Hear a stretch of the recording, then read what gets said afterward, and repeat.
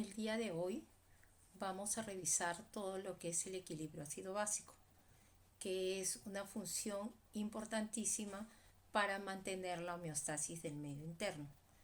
También revisaremos un poco los mecanismos para la acidosis y alcalosis metabólica. Los objetivos para hoy serán revisar los principios de la fisiología ácido-base, cuáles son los mecanismos generales por los que ocurren las anormalidades y la aproximación para una evaluación de los pacientes con desórdenes ácido-bases simples o mixtos.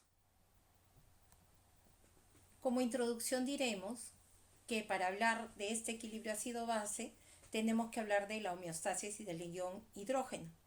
Y en este caso diremos que los ingresos versus la producción de hidrogeniones resultante del metabolismo es igual a su eliminación. La cantidad de hidrogeniones que tenemos en el cuerpo es muy pequeña, pero sus variaciones pueden producir grandes cambios. La concentración normal es 40 nanomoles por litro y se mantiene estable. Un nanomol es más o menos 10 a la menos 6 milimol por litro o mol por litro, y eso tendría cuántos ceros delante. Como es una cantidad tan pequeña y tan llena de ceros, se ha optado por usar el logaritmo negativo de la concentración de hidrogeniones, que es el pH, cuyo rango normal es 7.40 más menos 0.04 o 0.05. Cambios tan discretos como 0.1, 0.2 en el pH, ya sea que aumente o disminuya, nos va a dar deterioro cardiopulmonar o del sistema nervioso central. Cambios mayores pueden resultar fatales. ¿Por qué es tan importante la regulación tan estrecha y precisa? Porque tiene que ver con la función celular de las proteínas, como vamos a ver. Entonces, ¿qué cosa es lo primero que diremos? Hemos dicho que la concentración de hidrogeniones sufre muy pequeñas variaciones. ¿Y esto es gracias a qué? A que existe la amortiguación o taponamiento químico por los tampones extra e intracelulares, porque además existe un control respiratorio a través de la presión parcial del dióxido de carbono sanguíneo por alteraciones en la ventilación alveolar. Y por último, tenemos el control de la concentración del bicarbonato por cambios en la excreción renal de hidrogeniones. Entonces, todos estos mecanismos van a mantener la concentración de hidrogeniones, es decir, del pH, sin variaciones, o que estas sean mínimas. Ahora definiremos qué es un ácido y qué es una base. Según Bronsted, ácido es aquella sustancia que dona un hidrogenión, y base es la sustancia que puede aceptar un hidrogenión. Y estas propiedades son independientes de su carga. Aquí tenemos ejemplos de ácidos y de base, ¿no? Tenemos el ácido carbónico, y cuando es una base, bicarbonato más hidrogenión. En el ácido clorhídrico, cloro más hidrógeno. En el amonio, amoníaco más hidrogenión. O fosfato monoácido más hidrogenión, ¿no? Esos son esos ejemplos. Entonces, la otra cosa que vamos a recordar para entender lo que sucede es que hay dos tipos de ácidos: carbónicos, que van a resultar del metabolismo de los carbohidratos y grasas, y más o menos son 15.000 milimoles que se van a expresar a través de la presión del CO2 y que se van a eliminar por vía respiratoria. Ya sabemos que el CO2 no es un ácido, es un gas, pero funciona a partir del metabolismo de estos ácidos carbónicos.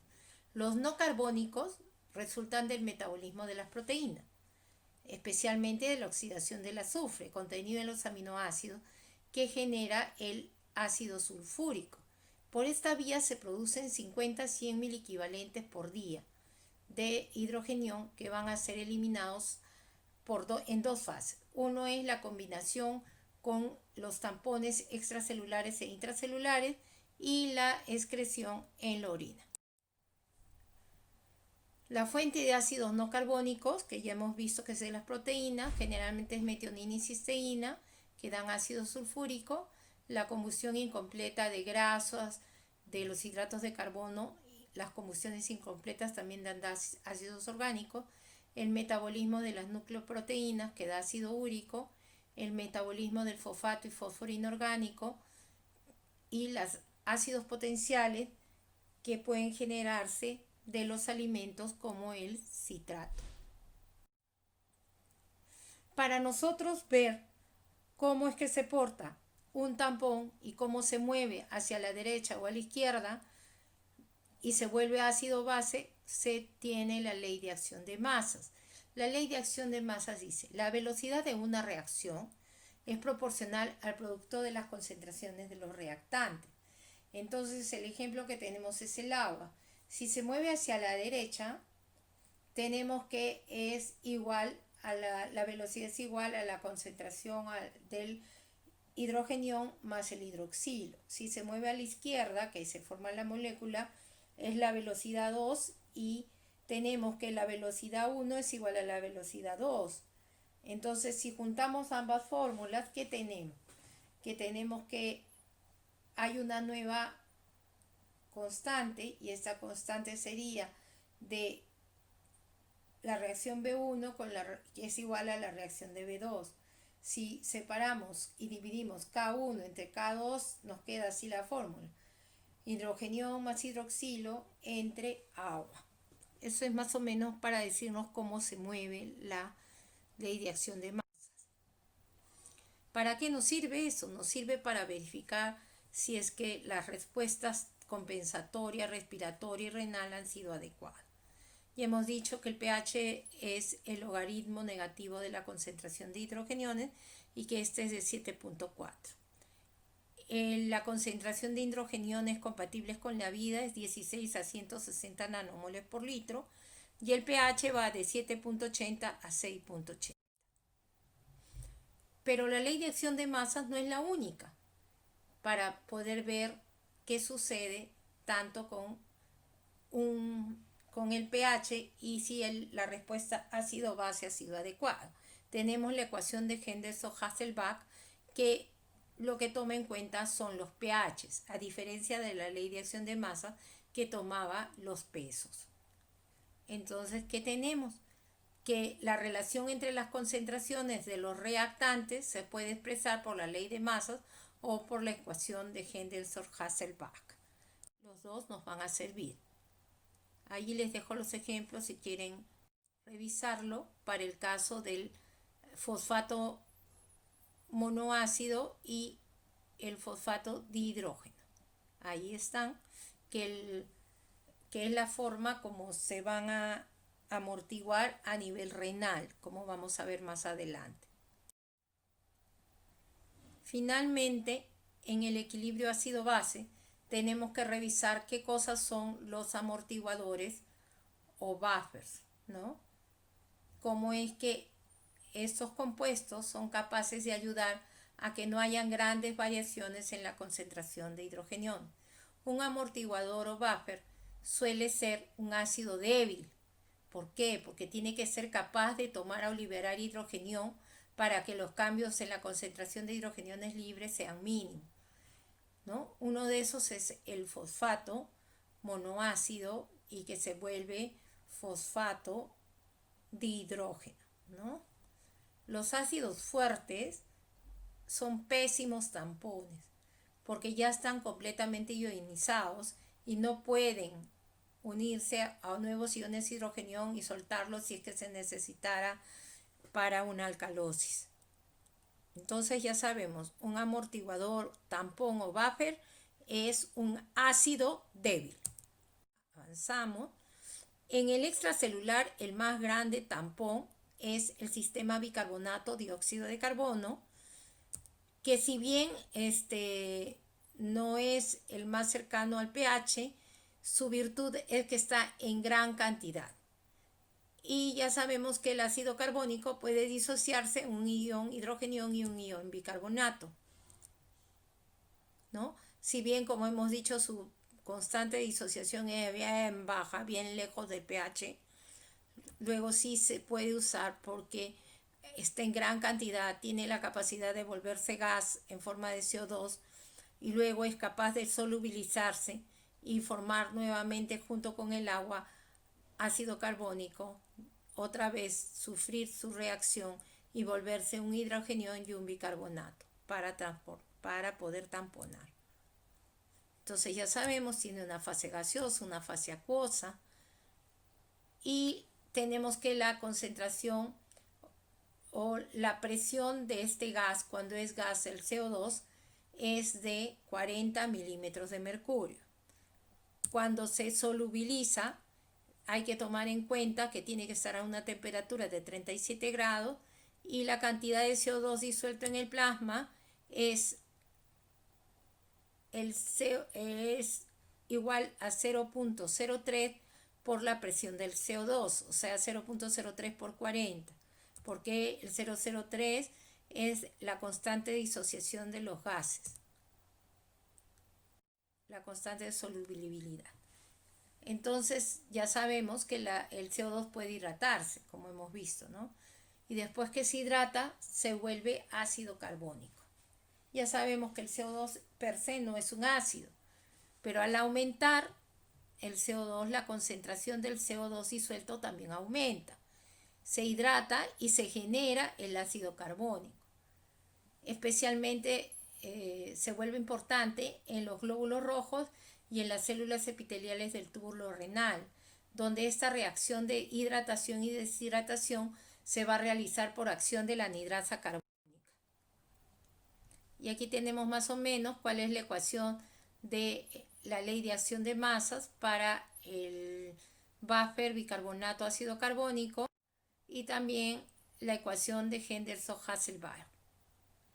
Y esta ecuación, además de definir los determinantes de la regulación del pH normal y del equilibrio ácido básico en el líquido extracelular, nos va a dar información sobre el control fisiológico de la composición de los ácidos y bases del líquido extracelular, así como si la respuesta respiratoria renal ha sido adecuada al pH que se tiene.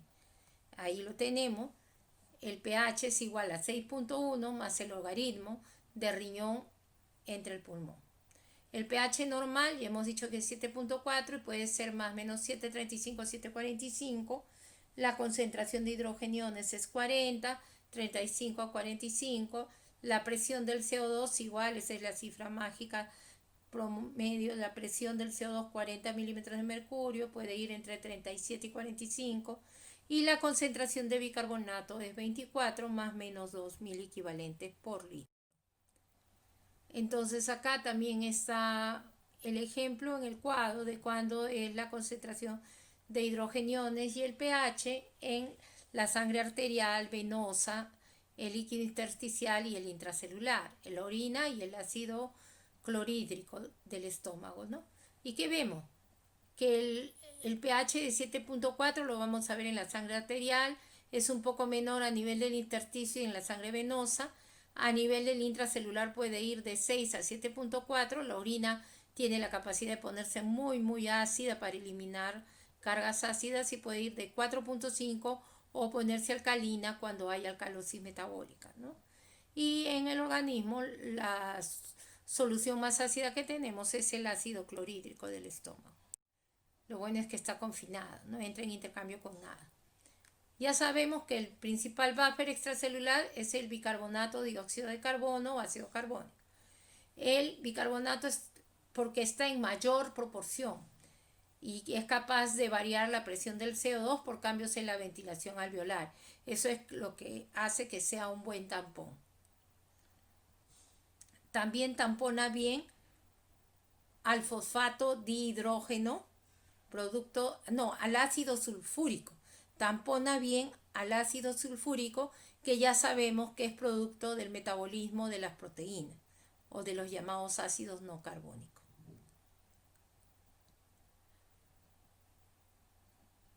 Y vemos que cuando están haciendo eso junto con el sodio, no es tan efectivo como el ácido carbónico. El ácido carbónico finalmente se va a desdoblar en un hidrogenión y un bicarbonato, que es una base.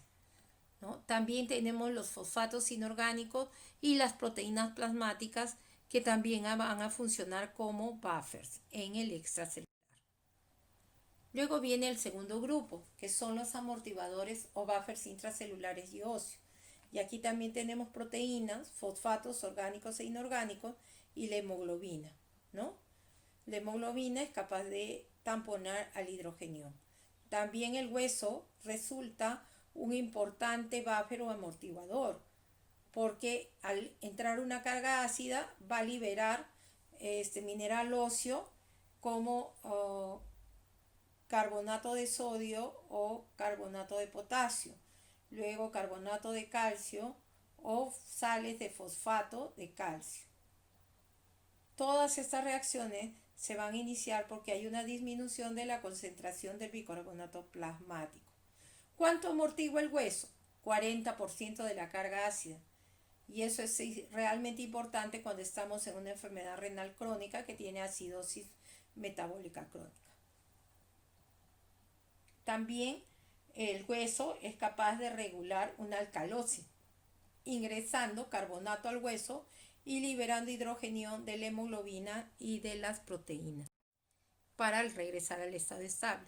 Entonces, ¿hay implicancias clínicas de todos estos movimientos en el equilibrio ácido-base? Sí, la carga ácida aumenta la liberación de calcio del hueso y la excreción urinaria de calcio. Y eso puede favorecer que se formen cálculos, ¿no? Porque aumenta la excreción del calcio. Y además hay una disminución de la excreción del citrato, que normalmente se unía al calcio y hacía que no precipite, que no se forma calcio. Como hay más calcio libre, esta puede precipitar en forma de oxalato y de esa manera hacerse calcio. También cuando el pH urinario baja, puede precipitar el ácido úrico, que normalmente está circulando en forma de urato, pero en un pH ácido se vuelve piedra, ¿no? Y de ahí también puede formarse más piedras de calcio. Y lo que más nos preocupa es cuando estamos frente a una enfermedad renal crónica terminal donde las reservas de calcio van disminuyendo y esto finalmente ocasiona la enfermedad óseo-metabólica que es característica de los pacientes renales. Ahora veremos cómo es la amortiguación química de ácidos y bases. Tenemos que ver cómo se mueven los diferentes compuestos.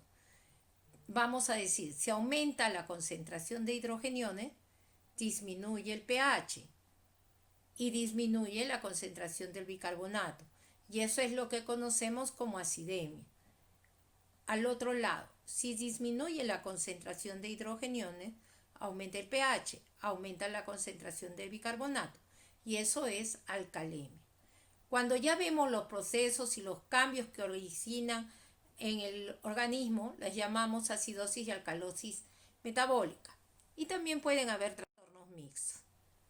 Ahora, cuando se producen todos estos cambios, van a haber también otros cambios a nivel respiratorio. Así como hay cambios en el bicarbonato y nos dan los trastornos metabólicos, los trastornos respiratorios se van a dar cuando hay un aumento de la presión del CO2, es acidemia, y cuando disminuye la presión del CO2 es alcalemia.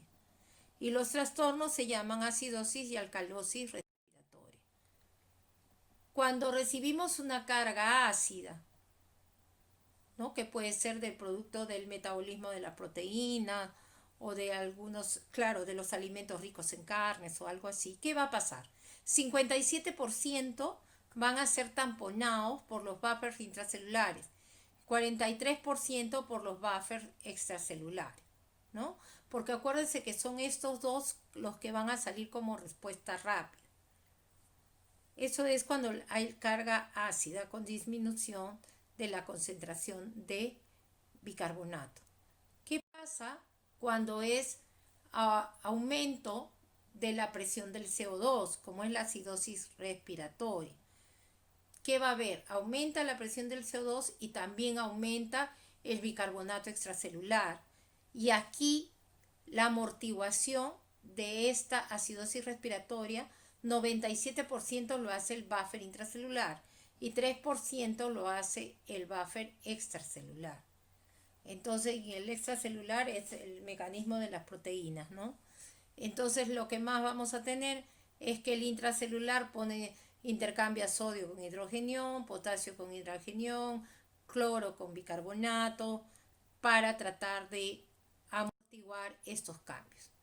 El pH intracelular suele ser más bajo que el pH extracelular. Va entre 7,17, 6,69, incluso en el ejemplo anterior era hasta 6. Depende de qué tejido estamos hablando.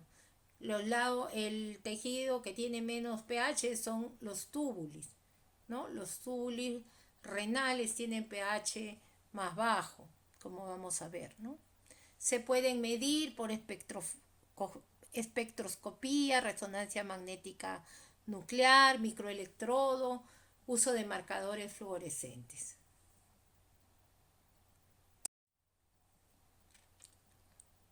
¿Cómo se regula el pH intracelular? Tiene que ver la tasa de actividad metabólica. ¿Qué procesos se están dando? ¿No? ¿Cuánto comimos de carbohidratos, de grasas? ¿Qué actividad estamos realizando? Si están bien perfundidos los tejidos, si el consumo de oxígeno está adecuado, cuánto es el pH extracelular, cuál es la capacidad de amortiguación de las células ante cambios tanto de acidemia como alcalemia, y cuál es el cambio que va a ocurrir si existen cambios constantes en el pH. Ya sabemos que lo que va a sufrir más es la función proteica, que está asociado a todo, ¿no? A la vida. Esto es un poco repetir lo que ya vimos, que cuando hay una carga ácida, lo primero que salen son los buffers extra e intracelulares. Luego la segunda respuesta es cambios en la ventilación alveolar para el control de la presión del CO2. Y por último, vienen la alteración en la excreción renal de hidrogeniones para regular la concentración de bicarbonato plasmático. Y ahí están más o menos los ejemplos de cómo son las cantidades del pH, sea en arteria o vena, la concentración de hidrogeniones, la presión del CO2 y la concentración plasmática de bicarbonato, ¿no? Eso es para conocer. Más importante para nosotros es pH, presión de CO2 y concentración de bicarbonato. Muy bien, este es un gráfico que nos muestra cómo y en el tiempo cómo salen las respuestas ante la carga ácida. Ya sabemos, lo primero que responde son los buffers extracelulares, luego los buffers intracelulares. Miren, el primero, la respuesta se va agotando como a las 4 horas, luego el otro va a responder más o menos a las 2 horas, pero dura 10 horas el buffer intracelular. Luego viene la respuesta respiratoria, que más o menos empieza en 1 a 2 horas de iniciar la carga ácida y se va a agotar a las 24 horas. Pasadas 6 horas a 10 horas, empieza la liberación de el aumento de la excreción renal de hidrogeniones, que va a ser la más prolongada y se va a sostener hasta una semana, algunos dicen hasta 10 días. Finalmente es el que regula finamente una carga ácida crónica. ¿Y qué tenemos aquí? Aquí tenemos cómo es la compensación en acidosis metabólica, ¿no? Cae la concentración de bicarbonato, también disminuye la presión del CO2 y a nivel renal aumenta la eliminación de hidrogeniones. ¿Y esto es para qué? Para nuevamente retornar el pH al estado estable. ¿Cómo es la compensación respiratoria? En acidosis metabólica hay quimiorreceptores de la respiración que son periféricos y esta respuesta que va a ocasionar es aumento de la ventilación alveolar, más o menos 5 litros por minuto. Y hemos visto que empieza a las 1 a 2 horas y llega máximo a 24 horas. Cuando la acidemia es muy grave, esta ventilación alveolar puede llegar hasta 30 litros por minuto. Y ahí es donde se evidencia la respiración de Kussmaul, que parece que el paciente estuviera en insuficiencia respiratoria y lo que tiene es acidosis metabólica severa. ¿Qué pasa cuando la persona tiene alcalosis metabólica? Hay un aumento de la concentración de bicarbonato y lo que tenemos es un aumento del pH y esto va a ser sensado por los quimiorreceptores centrales. ¿Qué va a pasar ahí? Va a disminuir la ventilación alveolar para que aumente la presión del CO2, es decir, la concentración de hidrogeniones, y de esa manera disminuye el pH y retornemos al estado estable. Y esto es un poquito más de lo mismo y tenemos cambios del pH en los líquidos corporales según sea hacia arriba o hacia abajo en el pH, ya sea menos o más, y tenemos cómo es la ventilación alveolar. Cuando el pH es menor, la ventilación alveolar es mayor y al revés, ¿no? Cuando el pH es mayor, vamos a tener menos ventilación alveolar. Entonces tenemos que aquí en el siguiente gráfico, en el de la derecha, dice la ventilación alveolar normal es 1, como vemos en la figura. Cuanto más acidemia hay, o sea, cuando cae el pH, miren lo que pasa con la ventilación alveolar, aumenta. Puede llegar, si el pH es 7, hasta 4 litros por minuto. En cambio, cuando el pH va haciéndose alcalémico, 7.5, 7.6, cae por debajo de 1, porque trata de retener CO2 para compensar el pH. ¿Qué hay de la excreción renal de hidrogeniones? El riñón elimina esos 50 a 100 mil equivalentes de ácidos no carbónicos que se generan por día por el metabolismo de las proteínas. ¿Cómo lo hace? Secretando hidrogenión en el túbulo proximal y en el asa ascendente gruesa de Henle. Y también en el túbulo colector con consumo de energía a través de la bomba hidrogenión ATPasa. ¿Cómo lo elimina al hidrogenión? Nunca en forma libre, siempre va a estar unido a alguien, va a estar tamponado, amortiguado antes de ser eliminado. Más o menos se tampona en la luz tubular y se hace a través del sistema del fosfato monoácido y fosfato dihidrógeno, la creatinina, por el amoníaco que se vuelve amonio, para, una vez tamponado, ser eliminado en la orina. La otra cosa que tenemos que recordar es que todo bicarbonato filtrado, o sea que pase en el ultrafiltrado, debe ser reabsorbido antes que la carga diaria de ácido pueda excretarse. Si se eliminara antes, se añade un ácido a la sangre, entonces eso no sería conveniente.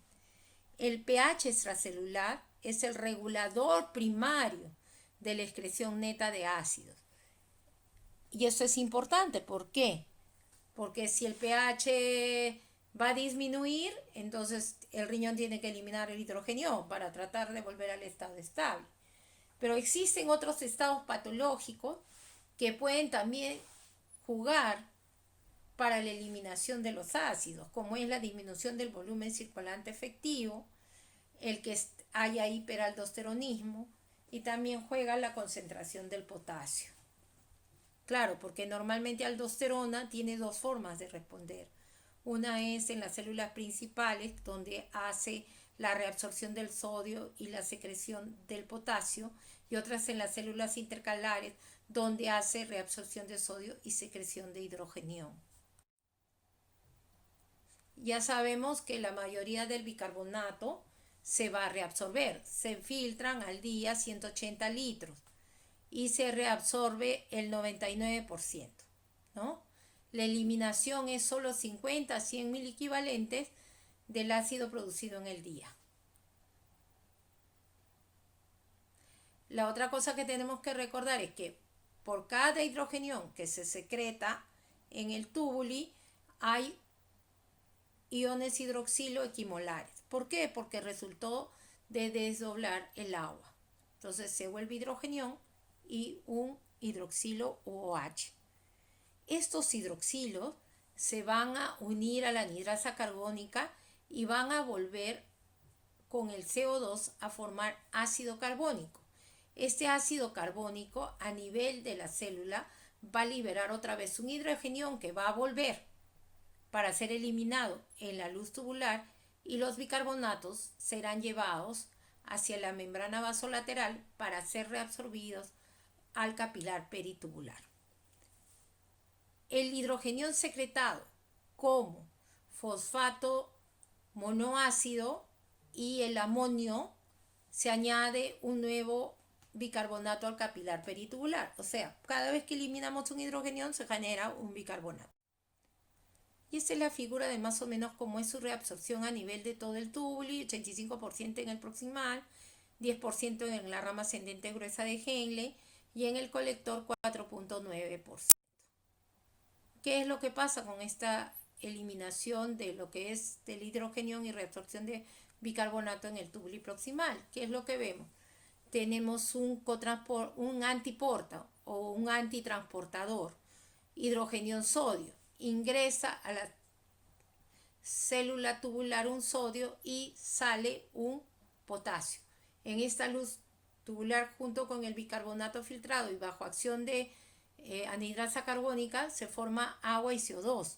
El CO2 es un gas, va a difundir libremente otra vez hacia las células tubulares y otra vez por anhidrasa carbónica dentro de la célula va a unirse con el agua, va a formar ácido carbónico, se va a desdoblar y van a generarse un bicarbonato que va a salir a través de este antitransportador y hacia la luz tubular, y se van a reabsorber los bicarbonatos hacia el intersticio y el capilar peritubular. Y esto es gracias a la energía y electronegatividad generada por la bomba de sodio-potasio ATPasa, y va a pasar en un cotransportador de sodio y bicarbonato hacia el capilar peritubular. Ya sabemos que la excreción neta de ácidos va a ser igual a la acidez titulable, lo que se puede hacer como fosfato de hidrógeno más el amonio menos el bicarbonato urinario, ¿no? Ya sabemos cómo es el mecanismo de la acidificación proximal, ya la vimos, y también vamos a tener una secreción de hidrógeno por la antiporta sodio-hidrogenión en la membrana luminal y por reabsorción de bicarbonato en el haz ascendente de Henle.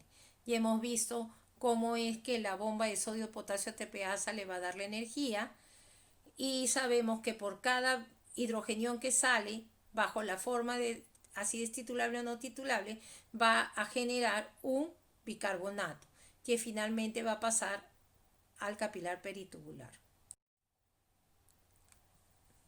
Y esta es una imagen de cómo nos muestra cómo el riñón, cómo el tubuli es capaz de actuar ante una carga ácida o sea, en una acidosis o en una alcalosis. La figura superior nos muestra cómo es que se secreta el hidrogenión a la luz tubular para que se vaya en la orina, y a su vez se va generando bicarbonato que va a ser reabsorbido y pasar a la luz tubular, en este caso con un antitransportador con el cloro. Pero por otro lado, cuando hay alcalosis metabólica, ¿eso qué quiere decir? Que tengo mucha concentración de bicarbonato en el plasma. Lo que va a buscar la célula tubular es eliminar el bicarbonato, como vemos en la segunda figura. Y vemos la salida de bicarbonato con ingreso de otro anión, que es el cloro, y también vemos otra vez la unión de el agua con el CO2 por acción de la anhidrasa carbónica.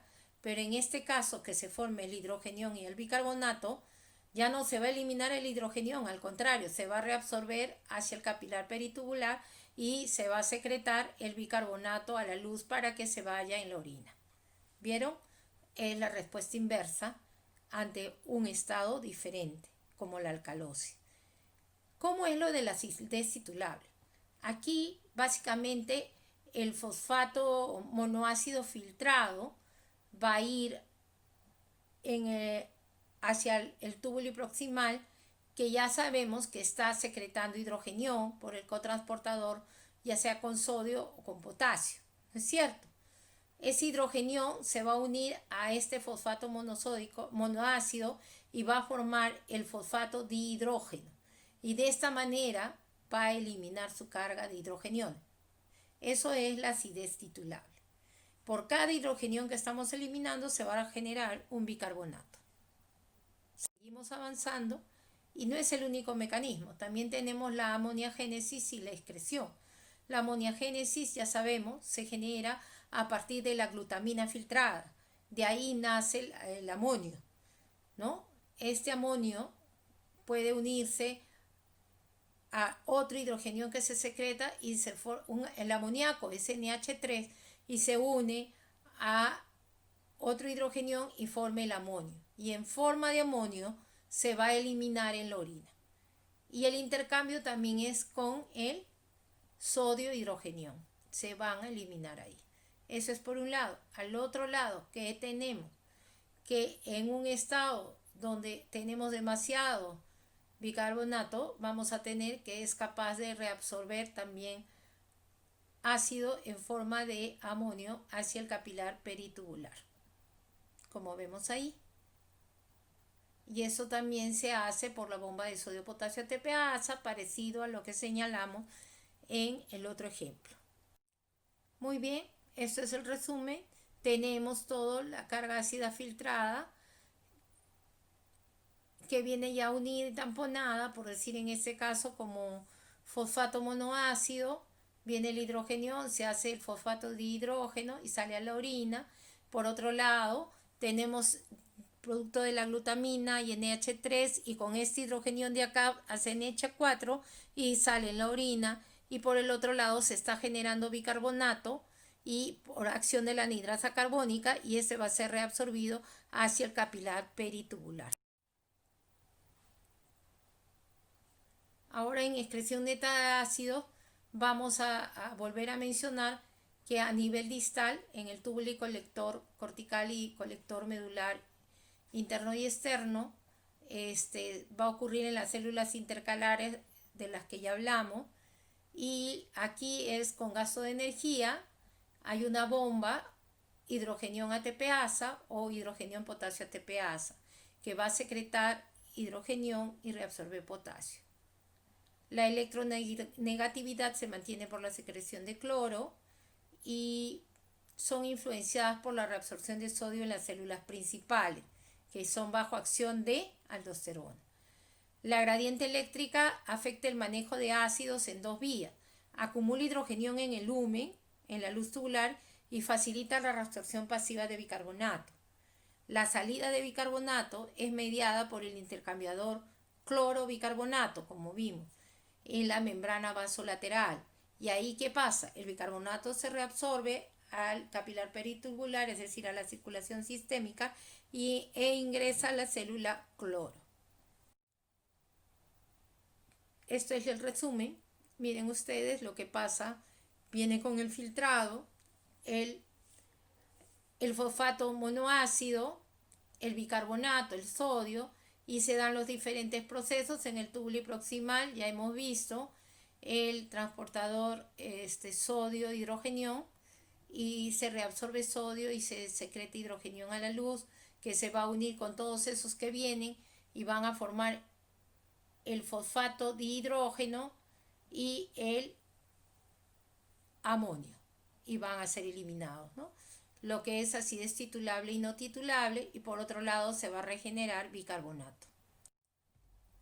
Esto es un poco para que veamos cuánto es lo que se amortigua por el mecanismo de la acidez titulable, que son los 50 milimoles de fosfato, ¿no? Ahí está. Y vamos a tener factores que van a modificar o aumentar la secreción de hidrogenión y la reabsorción de bicarbonato. ¿Cuáles son? Si aumenta la presión del CO2, claro, porque está como subiendo el ácido, hay acidosis respiratoria, entonces hay aumento del hidrogenión, disminución del bicarbonato. También cuando hay disminución del volumen de líquido extracelular, si aumenta la angiotensina 2, si aumenta la aldosterona o la hipopotasemia, aumentarán la secreción del hidrogenión y favorecerán la reabsorción de bicarbonato. Al otro lado, cuando se disminuye la secreción del hidrogenión y hay también disminución de la reabsorción de bicarbonato, cuando disminuye la presión del CO2, que hay alcalosis respiratoria, o cuando hay disminución de la concentración de hidrogenión con un aumento del bicarbonato que pasa en la alcalosis metabólica, cuando hay un aumento del volumen de líquido extracelular, cuando disminuye la angiotensina 2, la aldosterona, y cuando tenemos hiperpotasemia. Ahí va a disminuir la secreción de hidrogenión y va a aumentar la reabsorción del bicarbonato. Ahí no, disminuyen ambos, la secreción de hidrogenión y la reabsorción de bicarbonato. El pH urinario puede llegar a ser entre 4.5 a 5 y es que es capaz de ponerse lo más ácido posible a través de la acidez titulable y de la amoniagénesis, y esto va a depender del pH que haya en el plasma, y la orina se vuelve ácida para eliminar toda la carga ácida. Ya sabemos, el pH extracelular es el mayor regulador y lo hace porque hay un aumento del intercambio sodio-hidrogenión a nivel luminal, aumento de la actividad de la hidrogenión ATPasa a nivel distal, aumento de la actividad del cotransportador sodio 3-cloros en la membrana vasolateral, y porque es posible la amoniagénesis a través de la formación de amonio desde la glutamina. En acidosis metabólica, ya sabemos, está caracterizada por acidemia y disminución de la concentración de bicarbonato en el plasma. Entonces aquí va a haber la excreción neta de ácidos, va a ser mayor, va a estar aumentada. Y la máxima respuesta, como les dije, llega a una semana. Y se va a aumentar la excreción de amonio a nivel proximal y distal. En el caso de la acidez titulable, que es el fosfato de hidrógeno, va a estar limitada por la cantidad de fosfato en la orina, se satura y se incrementa por la inhibición de la reabsorción proximal del fosfato, porque entonces hay más en la luz tubular. Una excepción a esta regla ocurre en cetoacidosis diabética, ¿no? Ahí no se cumple.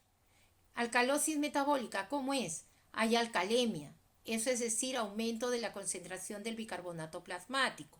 La respuesta normal es aumentar, eliminar la excreción renal de bicarbonato en la orina, porque disminuye la reabsorción y la secreción en el túbulo colector cortical y las acciones de las bombas hidrogenión ATPase en la membrana vasolateral y luminal. El mantenimiento de la alcalosis requiere un defecto en la excreción de bicarbonato. ¿Y esto cuándo puede pasar? Cuando hay disminución del volumen circulante efectivo o del cloruro. Esta es la imagen de la acidosis metabólica, que hemos dicho que cae el pH, cae la concentración del bicarbonato, eso es lo que es acidosis metabólica, y la respuesta compensatoria respiratoria es que también disminuye la presión del CO2 por aumento de la ventilación alveolar. Hay varias causas, tenemos por pérdida de bicarbonato, diarrea, vómito de contenido intestinal, y por adición de otros ácidos de hidrogeniones tenemos la cetoacidosis diabética y también tenemos la acidosis láctica, ¿no?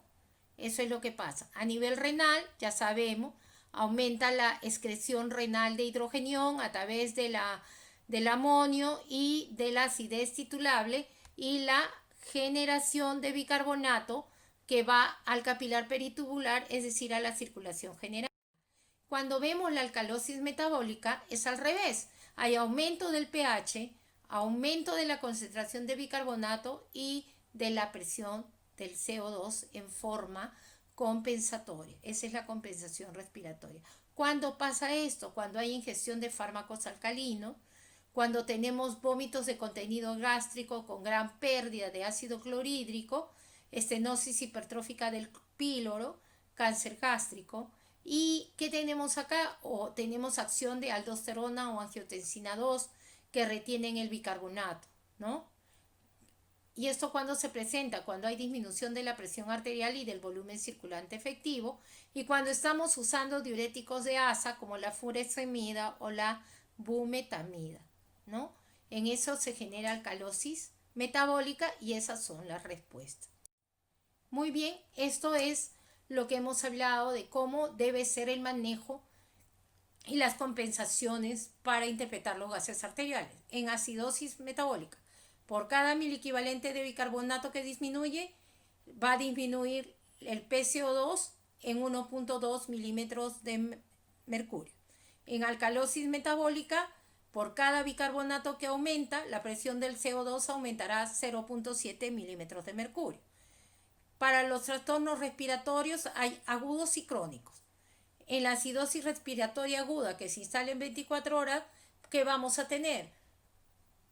Por cada 10 milímetros de mercurio de la presión de CO2 que aumenta, el bicarbonato aumentará 1.000 equivalentes. Y cuando es crónico, 3 a 5.000 equivalentes. Y en la alcalosis respiratoria, por cada 10 milímetros de mercurio que baja, en la aguda disminuirá el bicarbonato 2.000 equivalentes por litro y en el crónico 4.000 equivalentes por litro.